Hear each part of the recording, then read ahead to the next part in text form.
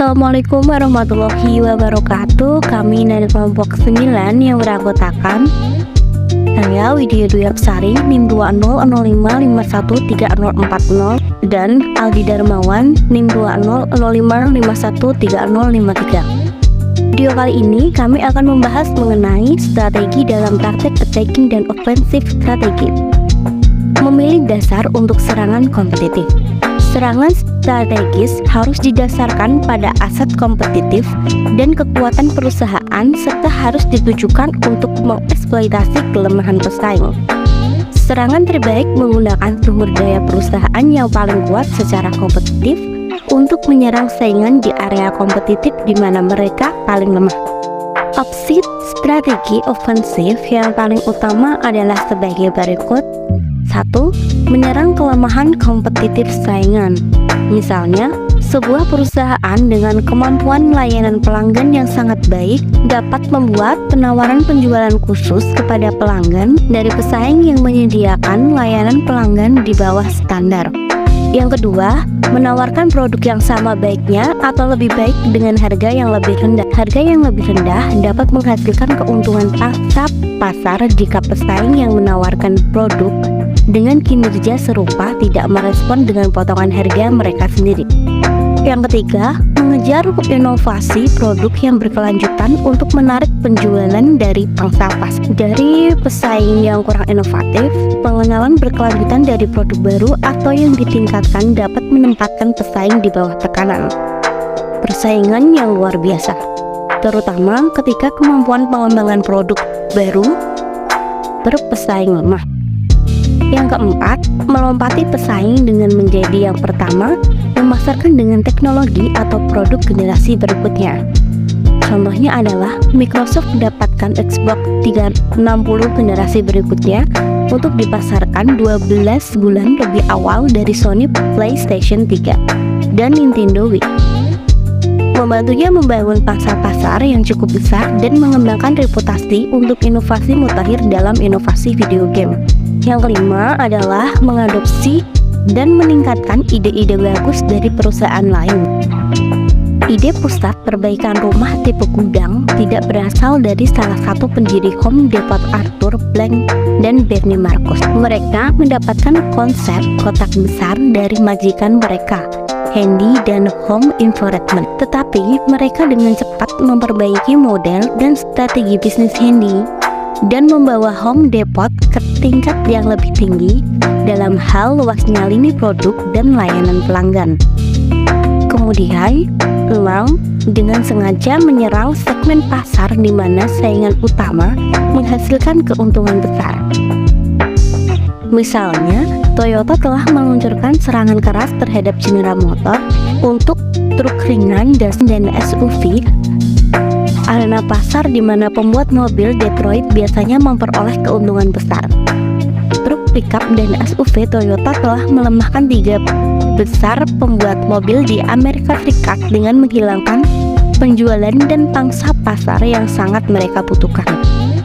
Yang ketujuh adalah bermanuver di sekitar pesaing untuk menangkap wilayah pasar yang kosong atau kurang diperebutkan. Contohnya adalah meluncurkan inisiatif untuk membangun posisi yang kuat di wilayah geografis atau kategori produk di mana pesaing dekat memiliki sedikit atau tidak ada kehadiran pasar.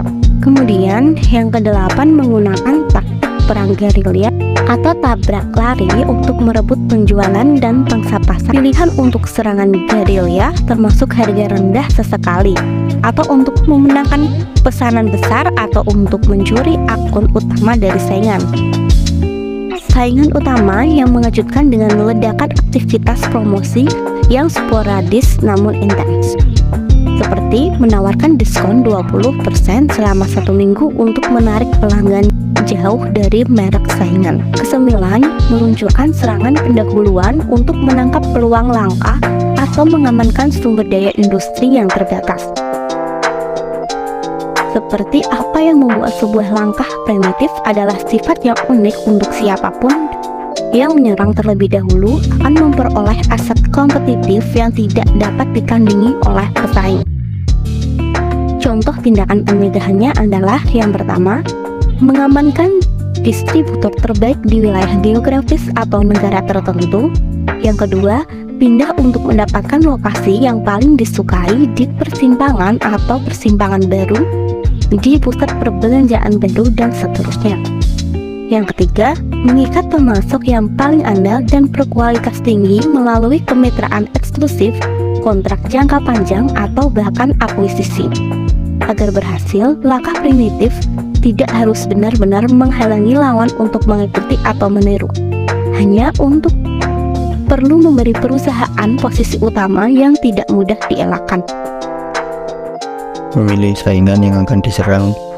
Perusahaan yang berpikiran ofensif perlu menganalisis saingan mana yang harus ditantang, serta bagaimana cara meningkatkan tantangan itu. Berikut ini adalah target terbaik untuk serangan ofensif. Memimpin pasar yang rentan. Serangan ofensif masuk akal ketika sebuah perusahaan yang memimpin dalam balukan dan pangsa besar bukanlah pemimpin sejati dalam melayani pasar dengan baik. Tanda-tanda kerentanan pemimpin termasuk pembeli yang tidak bahagia. Ini produk yang inferior, strategi persaingan yang lemah hubungan dengan kepemimpinan itu, atau diferensiasi berbiaya rendah. Kasihkan dengan diversifikasi ke industri lain dan profitabilitas yang bisa saja atau menurun. Perusahaan runner up dengan pelemahan di area di mana penantangnya kuat. Perusahaan runner up adalah target yang sangat menarik ketika kekuatan sumber daya penantang dan kemampuan kompetitif cocok untuk mengeksploitasi kelemahan mereka. Perusahaan-perusahaan yang sedang berjuang dalam kehancuran, menantang saingan yang tertekan dengan cara yang semakin melemahkan kekuatan keuangan dan posisi kompetitifnya dapat mempercepat keluarnya dari pasar. Perusahaan lokal dan reguler kecil dengan kemampuan terbatas. Karena perusahaan kecil biasanya memiliki keahlian dan sumber daya yang terbatas. Penantang dengan kemampuan yang lebih luas memiliki posisi yang baik untuk menyerang pelanggan atau customer besar dan terbaik mereka. Strategi Samudra Biru.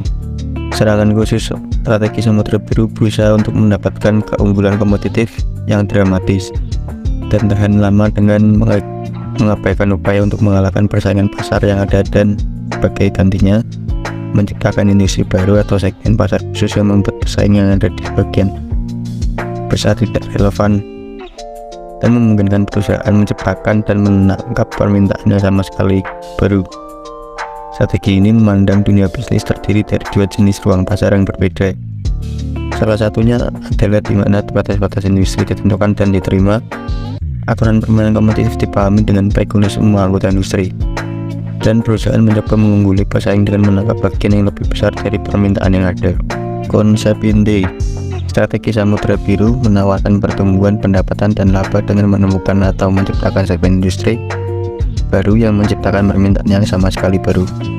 Contoh hebat dari ruang pasar yang terbuka lebar atau Samudra Biru ialah industri lelang online yang dibuat dan sekarang didominasi oleh eBay. Dengan lain, perusahaan yang telah mencapai keunggulan kompetitif dengan menciptakan ruang pasar Samudra Biru antara lain Starbucks,